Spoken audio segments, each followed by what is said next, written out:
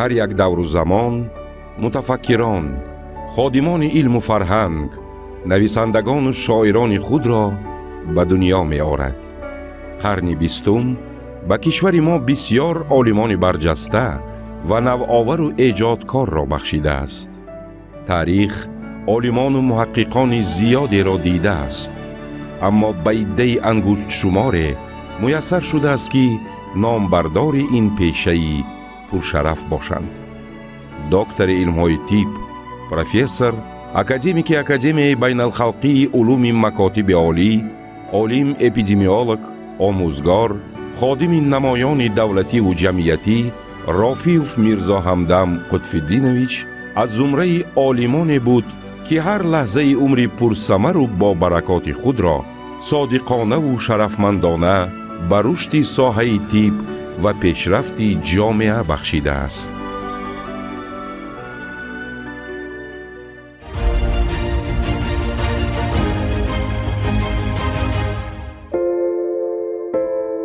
میرزا همدم رافیف 12 فوریه سال 1938 در شهر خوجند در عائله خدمتچی به دنیا آمده. سالهای کودکی و نورسیش به دوران دشواری جنگ بزرگ وطنی و ایام برقرارکنی خواجگی خلق راست آمده است. در آن سالها مردم روزگار وزنین و مشکل داشتند، ولی روحیه بلند وطن دوستی اهل جامعه را به آینده نیک نیروی قوی می بخشید. میرزا همدم از آوان کودکی در قلبش مهر کسب پزشکی را می پرورید. آرزو داشت که در آینده دانشگاه طبی را ختم نموده به خلق و وطنش خدمت شایسته می نماید. این آرزوی دیرینه میرزا همدم رافیف با گذشت سالها جامه عمل پوشید. مکتب میانه را با بهای اعلی ختم نموده سال 1955 به دانشگاه دولتی طبی تاجیکستان به نام ابو علی ابن سینا داخل شد. مکتب ویا اعلی خون بودن، مکتب اعلی تمام کردن، اینستیتوت کراسین دیپلم که تمام کردن. برای وی آدم من به یک نمونه بودن. همه طرفه که من همه وقت برای من یک از وی آدم عبرت میگفتم که همین مانند اکام شوم. پدر مادرم ما بسیار آدمای بزرگ بودن که همه ما اهل کلام کردیم. اهلیگی تا همین درجه بود که همه وقت یک درجه ما دستگیری میکردیم. این برای ما یک پیشقدم ترین که تربیت پدر مادر برای ما یک گام ایستاد. پس از ختم دانشگاه میرزا همدم رافیف سال 1961 در پژوهشگاه اپیدمیولوژیا و گیگین فعالیت مهنتیش را آغاز کرد. در اسپیرانتورای نزد اینستیتوت اپیدمیولوژیا و میکروبیولوژیا به نام اکادمیک نیکولای فیودورویچ گامالیای مسکو تحصیل نموده. رساله نامزدیش را در موضوع عامل‌های انتقال سرایت در اپیدمیولوژیای دامنه و اسهال خونین در منطقه‌های مختلف اقلیمی و جغرافی تاجیکستان با موفقیت دفاع نمود. آن سالها مسئله مبارزه ضد بیماری‌های سرایتی و دریافت طرز و اصول‌های ثمره‌بخش پیشگیری بیماری‌ها در تمام منطقه‌های اتحاد شوروی از جمله در آسیای میانه یکی از وظیفه‌های اساسی ساحه تندرستی به حساب می‌رفت. به این مسئله در تاجیکستان نیز اعتباری جدی می‌دادند. تا سال 1967 میرزا همدم رافیف همچون پزشک اپیدمیولوگ و کارمند اختصاصمند در پژوهشگاه اپیدمیولوژیا و گیگین فعالیتی پرثمر داشت. با راهبری او همه زینه‌های اپیدمیولوژی سرایتی، ویروسی نورسایی، مسئولیتی آدم و سیستم بهتر نمودن نظارت اپیدمیولوژی آن تحت نظارت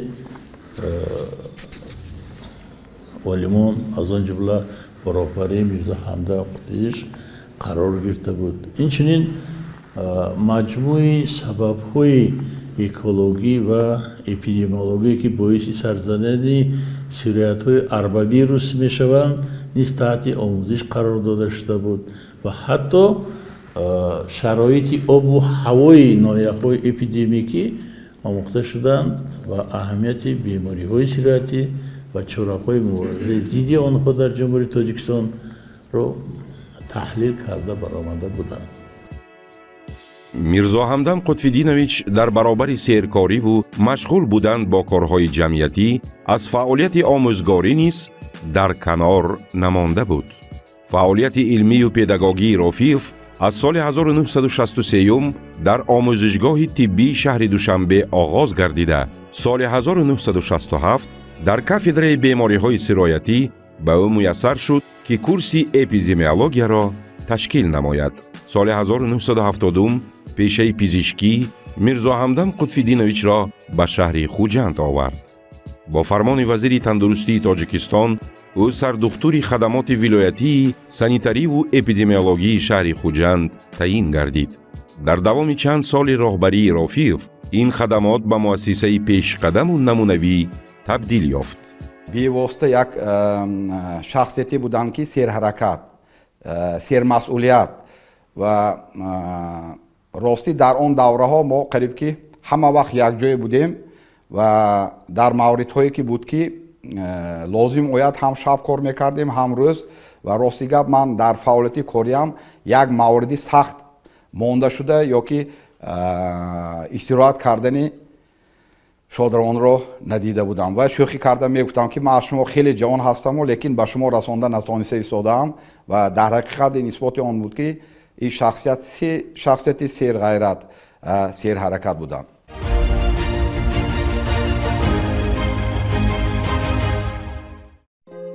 یکی از راهبران موفق آموزشگاه طبی لنین‌آباد، عالم صاحب مکتب میرزا همدم قطب‌الدینویچ به شمار می رود. نام برده دوام سالهای 1978 1994 سروری این مؤسسه را بر عهده داشت. در دوام 16 سال راهبری او آموزشگاه طبی در بین تعلیمگاه‌های میانه مخصوصی اتحاد جمهوری‌های شوروی سوسیالیستی در بین تعلیمگاه‌های میانه مخصوصی اتحاد جمهوری‌های شوروی سوسیالیستی جهت تطبیق طرز و اصول‌های باثمر تعلیم یکی از بهترین‌ها اعتراف گردیده بود. سهم ارزنده در تاریخ جمهوری تاجیکستان، در تاریخ ولایت ما شهر خوجندی ما از بی‌واسطه با تشبس‌های شادروان میرزا همدم قطب‌الدینویچ است. این پیش از همه در دوره اصلاحات آموزشگاه طبی را به کالج طبی مبادل کردن و در نزد دانشگاه دولتی خوجند به نام باباجان غفوروف فاکولته طبی را گشودند که خدمت آن کس به همتا است. سال 1994 همدم رفیف وظیفه پرمسئول سردار شعبه تندرستی ولایت را به ذمه گرفت. بعداً رفیف چند مدت به حیث جانشین رئیس ولایت سوخت پرثمر فعالیت نموده. با فرمان پرزیدنت جمهوری تاجیکستان رکتر دانشگاه دولتی طبی تاجیکستان به نام ابوعلی ابن سینا تعیین گردید. مهارت تشکیلاتچگی، سیاستمداری و موقع استوار داشتن شادروان میرزا همدم قطب‌الدینویچ را مشاهده میکردم و به واسطه در این جاده ما یک جای فعالیت می بردیم، در جایها برآمدها می کردیم و بسیار دوربینی سیاسی آن کس را من حس می کردم. زمانی که ما همراهی ایشون در ریاست راهبری دانشگاه دولتی طبی تاجیکستان فعالیت کردیم، استعداد بزرگی تشکیلاتچی علمی طبی تاجیکستان از طرف میرزا همدم قطب‌الدینویچ برالله هویدا شد و در یک مدت کوتاه در شرایط بسیار مرکبی زمان میرزا همدم قطب‌الدینویچ توانستند که پیشروی علم را تأمین کنند. نقش و جایگاه پروفسور میرزا همدم رفیف در پیشرفت دانشگاه مذکور به راه ماندن کارهای تعلیمی و علمی و تحقیقاتی در مؤسسه، ایجاد اثرهای علمی، تیار کردن کادرهای علمی و پداگوژی خاصه است. ایامی که میرزا همدم قطب‌الدینویچ رکتر دانشگاه مذکور بود، در این مؤسسه عالی تغییرات‌های کلی به عمل آمدند. در دانشگاه کنسپسیون نوی معلومات عالی طبی و داروشناسی راه اندازی گردیده، усулҳои нави таълиму тадрис ҷорӣ карда шуданд. таҳти роҳбарии Рофиев базаи моддиву техникии донишгоҳ мустаҳкам гардида, барои коллективи муаллимон шароити мусоиди меҳнат фароҳам оварда шуд. раванди таълим аз нав ташкил гардида, соли 1996 факултети табобатӣ профилактикӣ арзӣ вуҷуд кард. дар даврони фаъолияти худ донишгоҳ ба чандин донишгоҳҳои дигар давлатҳо созишномаҳо ба имзо расонид ва бо дастгирии бевоситаи устод дар назди донишгоҳи давлатии тиббӣ шӯрои диссертатсионии комиссияи олии диссертатсионии Федератсияи Россия кушода шуд, ки ин имкон дод барои унвонҷӯён ва барои аспирантҳои Тоҷикистон рисолаҳои худро дар донишгоҳи давлатии тиббӣ ҳимоя намоянд. замоне ки он кас ректори донишгоҳи тиббӣ буданд, махсусан баъди Юсуфхон Исоқӣ бар ин шахсиятҳо ба ҳамин мансаби баланду ба ҳамин вазифаи баланд омадану ҳамин гуна як донишгоҳи ниҳоят пурмасъулро ба ӯҳда доштан, ин ҳам аз инсон донишу маҳорату малакаи хеле ҷиддиро талаб мекард ва ман фикр мекунам ки ҳамон давраҳо ҳам давраҳои тиллоӣ барои ҳам ҳайати профессорону устодону муҳассилини донишгоҳ ва ҳам барои ҳамаи алоқамандони соҳаи тандурустии ҷумҳурии Тоҷикистон буд. Мирзо Ҳамдам Қутбиддинович дар майдони сиёсат низ бо донишу масъулияти баланд кору фаъолият намуда, чанд муддат ба ҳайси ҷонишини аввали вазири тандурустии ҷумҳурии Тоҷикистон низ фаъолият намудааст. дар донишгоҳи тиббии Тоҷикистон бошад, ба ҳайси мудири кафедраи эпидемиология ва профессори ҳамин кафедра ифои вазифа намудааст. ҳар кадоме аз ин вазифаҳо худ мактаби бузург буд. устод Рофиев соли 1997 рисолаи докториашро бо муваффақият ҳимоя карда, сазовори дараҷаи илмии доктори илмҳои тиб гардид. бояд гуфт ки қаҳрамони филмномаи мо тамоми ҳаёту фаъолияти пурсамарашро ба мураттаб сохтан, самаранокии фаъолияти муассисаҳои тандурустӣ, омодасозии мутахассисони соҳаи тиб, баланд бардоштани сатҳи таълиму тарбия дар муассисаҳои таълимии тиббӣ, пешгирӣ ва муолиҷаи бемориҳо бахшидааст. профессор Ҳамдам Қутбиддинович муаллифи зиёда аз 600 асарҳои илмӣ, 2 дастури методӣ, 13 монография, 10 китоби дарсӣ, 1 луғати тиббии профилактикӣ, 75 дастури таҳия, 3 патенти ҳаммуаллифӣ, 3 ихтироот ва пешниҳоди рационализаторӣ мебошад. аз он ҷумла мо дар вақти китоби анатомия навиштанӣ ҳам муаллиф будем. дастовардҳои илмии олими варзида аз ҷониби бонуфузтарин муассисаҳои тиббии хориҷӣ эътироф гаштанд.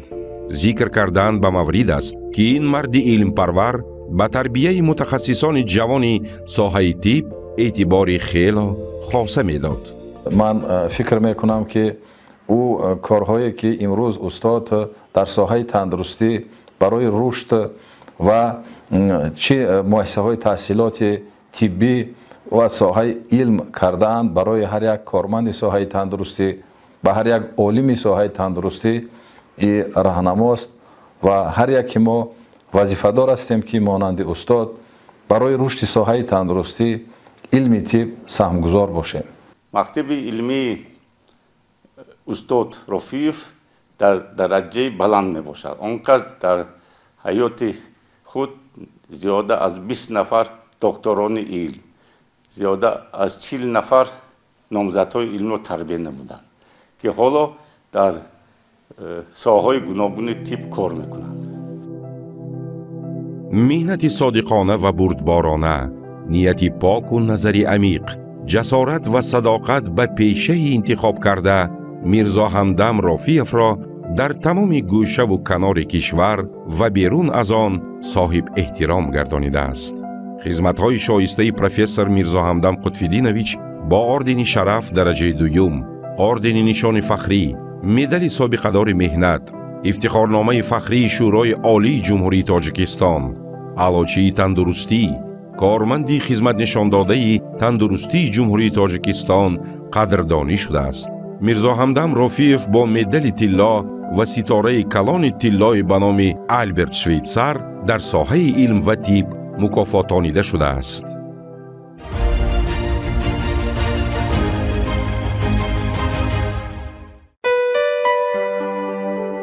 باعث خوشنودی است و اقبال بلند است که عائله قهرمان فیلم ما از زمره عائله‌های نمونوی به حساب رفته.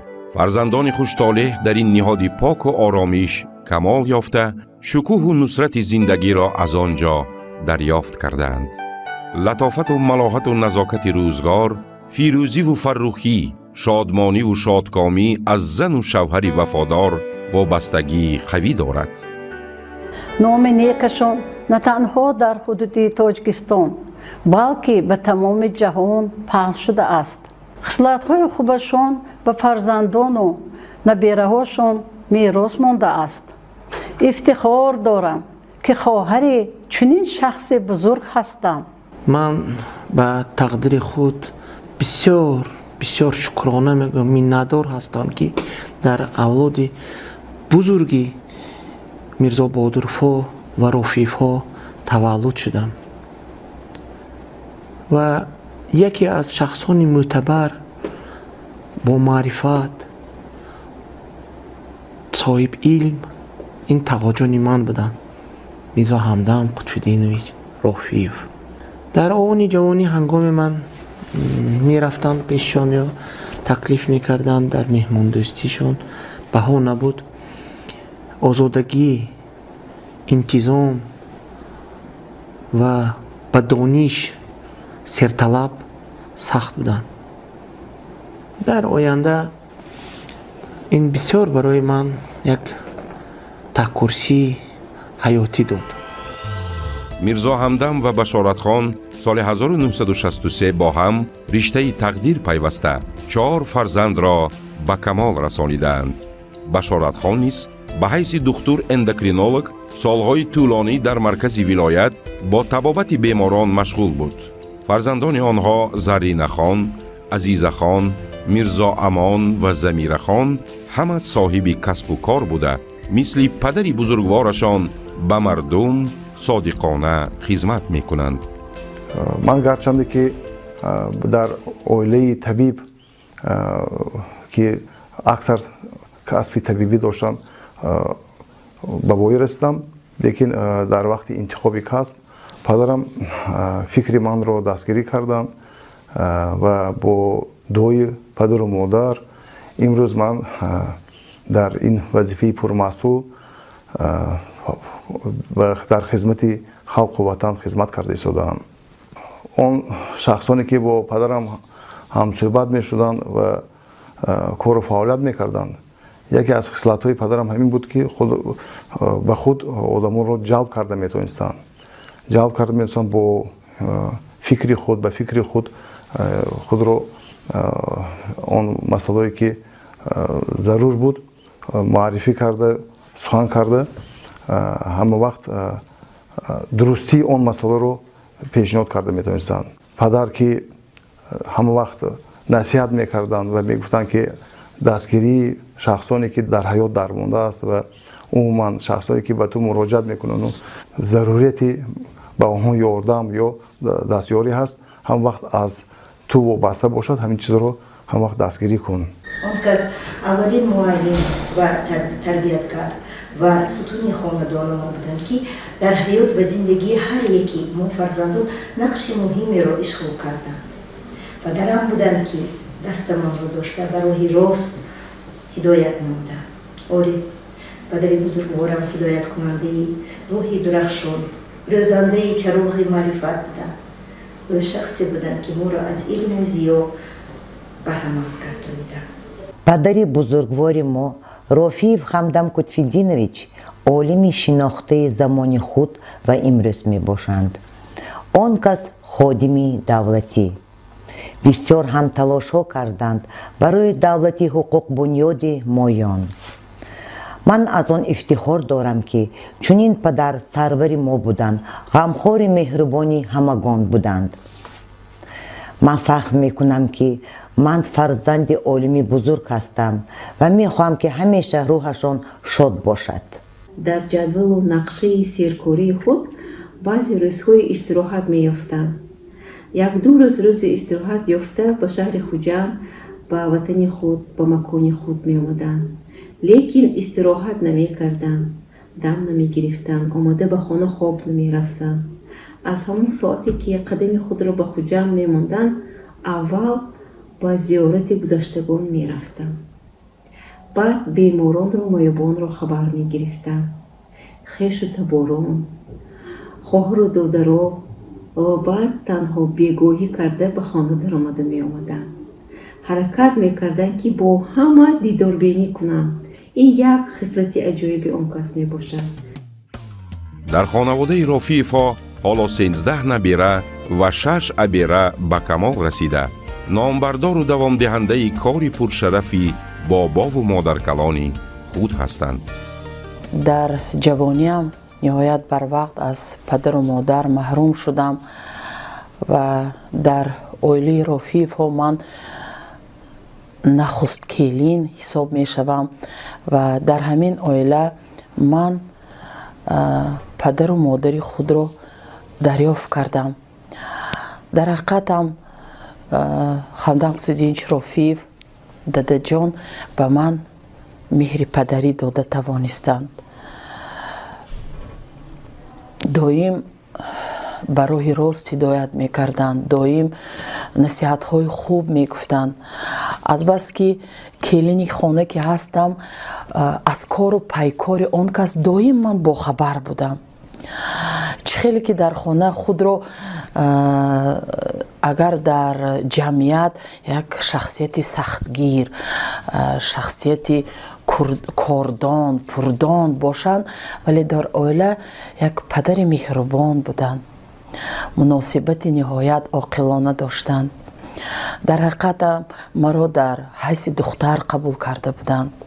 من 3 دختر نه 4 دختر دارم میگفتند.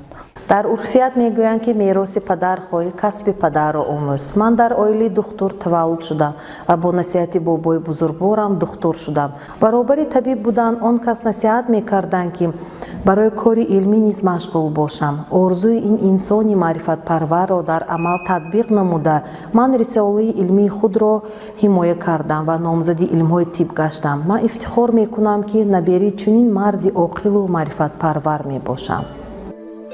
عمر انسان چون پریده ستاره در شامگاهان است.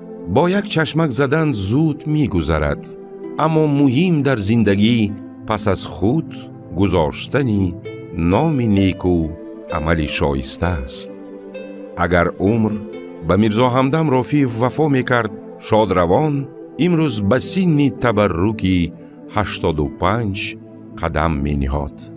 این مرد خیرت در تاریخ 10 اوگوست سال 2018 این دنیای فانی را پدرود گفت و جایگاه خود را در قلب پیوندان و نزدیکانش خالی گذاشت. چهره نورانی میرزا همدم قطب‌دینویچ همیشه پیشی نظر است و خاطره او سالهای سال جاویدان باقی خواهد ماند. روانشان شاد و خانه آخرتشان آباد باد. خیلی همچون یک شاگردی آن کس افسوس میخورم که آن کس در بین ما نیستند. خدمت هایی که آن کس کردن در همه ساحه نظررس است و ما این را هیچگاه از یاد نمیبریم. بیهوده شاعری بزرگوار نگفتند زنده و جاوید ماند هر کی نکونام زیست که از عقیبش ذکر خیر زنده کند نام را. روحشان شاد باد. زندگی نامه معلم برای بسیار عالمان درس عبرت نباشد. چند سال می شود که ما همراه ما نیستند، ولی استاد رفیف همیشه در دل ما، در فکر ما همیشه هستند که یاد آن کس همیشه نیک و گرامی خواهد ماند. ما در خاطره های خود نه تنها خدمت های آن کس، محبت های آن کس، صمیمیت های آن کس، خیلی لطف و نوازش های آن کس، مهربانی های آن کس را همیشه به یاد می آوریم، خرسند هم میشویم و افسوس هم میخوریم که همین آدم برمحل از بین ما رفتند. برابر پدر و مادر من، تقوا جان محبوب من در قلبم дар виҷдонам ва дар вуҷудам ҳастанд. ҳаракат мекунем бо амалу корҳои неки худ ҳамчун падар ҳамчун Ҳамдам Кӯдинич дар ҳаёт дар дили мардум дар дили дӯстон бошем ва номбардори падари бузургвор шавем бо амалу амалҳои неки худ бо кирдору рафторҳои неки худ ватандӯст бошем ватанпарвар бошем чизе ки моро дар ҳаёт он шахс ҳидоят мекарданд мехостем ки мисли он шахс ҳамчун табиби бузург ҳастанд мо ҳамчун номбардори он шахс номи падарро ҳамвақт пос дорем. илоҳи охираташон обод бошад, ҷояшон ҷаннат бошад. бигзор фарзандони худ набирагонашонро доим тарбият кунанд ва бо суханони бузургон гуфтаниам ки онон ки кӯҳан буданду онон ки наванд, ҳар кас пайи якдигар якояк бишаванд. дунёи ҷаҳон ба кас намонад ҷовид, рафтанду равему боз оянду раванд.